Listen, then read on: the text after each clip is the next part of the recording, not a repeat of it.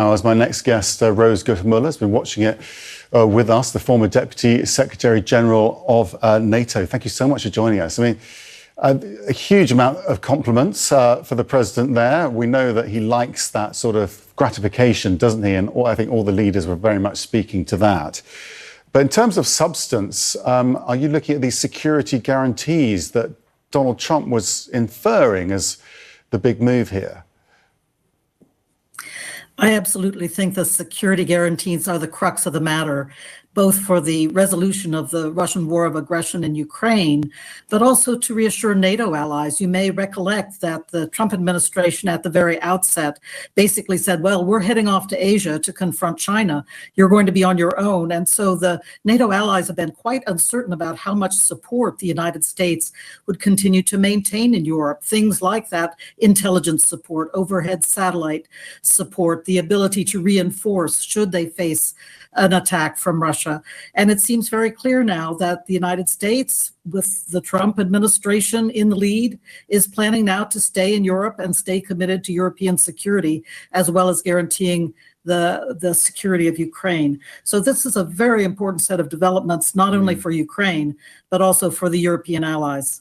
Is this the compromise that everyone's been looking for, that Putin won't allow Ukraine to join NATO, a red line for him? Europeans saying he shouldn't be able to block it. Perhaps the common ground here is that there are some NATO-like security guarantees that can be given to Ukraine unilaterally. Absolutely. It's going to be a matter for face savers all around at this point. And for Mr. Putin, an important face saver will be that for the time being, this matter of NATO membership will be set aside. And that seems to be something that the Ukrainians are willing to do, as long as it's not off the table, I think, forever. So the notion that there can now be security guarantees that allow for the NATO allies to continue to support Ukraine militarily, training, providing equipment, military support of all kinds, including possibly boots on the ground. I think that this will be a big change from where we were just a few weeks ago. And honestly, if Putin can swallow this quietly, then it will be, I think, a big building block for a stable and fair peace settlement for Ukraine. Yeah, I mean, it would be genuine progress, wouldn't it, despite what everyone was saying about the meeting last week. The French president very clear that a truce is essential.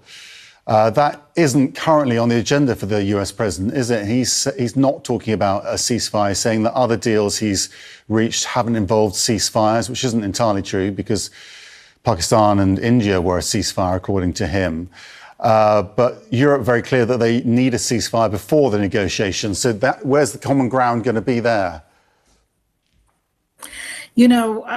I see this as a little bit too much of a stumbling block at this point. And of course, we did give up on that condition of a ceasefire first, but we are continuing to talk and make progress, and there's some momentum building up. Of course, for peace to take hold in Ukraine, there will have to be a ceasefire. That means a ceasefire on the ground at the battle lines, but also the air assaults that have been going on will have to stop.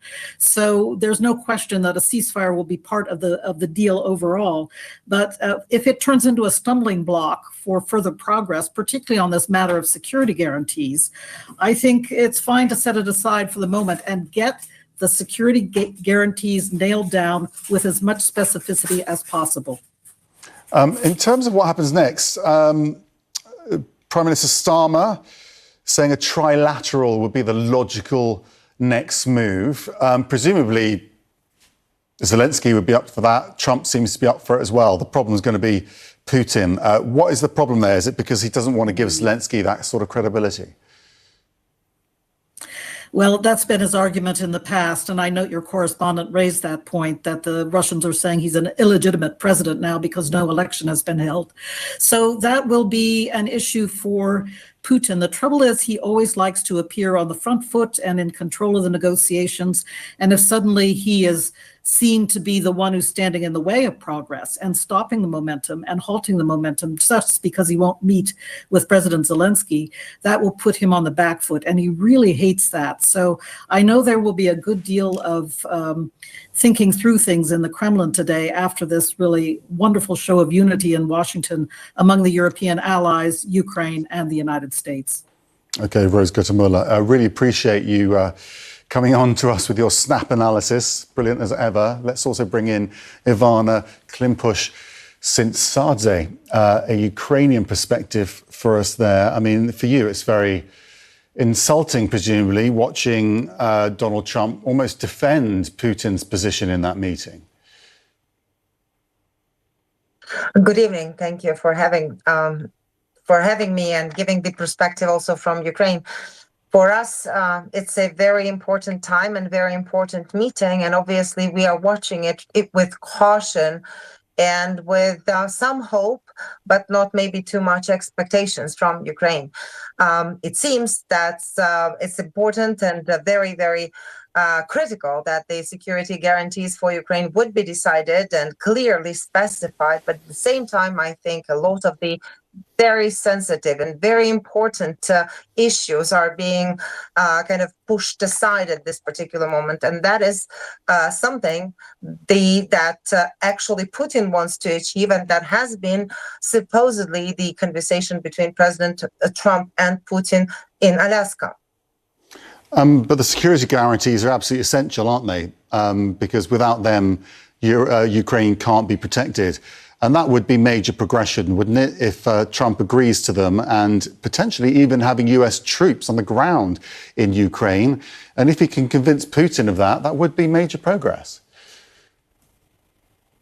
It would be, but again, we would have to understand what exactly Mr. Putin is going to be pressured into. And I appreciate what Chancellor Merz has said, that it's important to get to that peace through strength, as initially President Trump was referring to, by pressuring the Russian Federation. I think it is important also to understand what Russia is going to give up upon this conversation, because I think all the discussions with regard to seizing of the Ukrainian and ceding Ukrainian lands are very, very worrisome. I don't see it really being supported by the Ukrainian society, by the Ukrainian people, and by the very fact how it will impact not only Ukraine in the future, but also the security of Europe and other parts of the world. What do you think of this thing that Trump was talking about, saying he's going to call Putin after this big Europe meeting to discuss it? Well, as far as I understand, it's just the matter of approach that President Trump has decided to take in this negotiations, pretending that he would be the neutral negotiator and facilitator in this discussion. I think it's critical that right now this conversation with European leaders on the common action of supporting Ukraine is happening on the American soil. And that is something where I hope that American administration will take the side of the good versus evil, and will take the side of the law and rule of law vis-a-vis the Russian Federation that has been brutally destroying all the remnants of the international law over its actions. Yeah, the war very much still underway, isn't it, on the ground? Ivana, thank you so much for joining us, a member of Ukraine's parliament there. Unfortunately, Yeah, people dying just overnight, young children as well. The meeting underway then between Donald Trump and the European leaders, also the leaders of NATO and the European Commission as well. It all started with that one-on-one with Zelensky earlier, a day of historic proportions at the White House.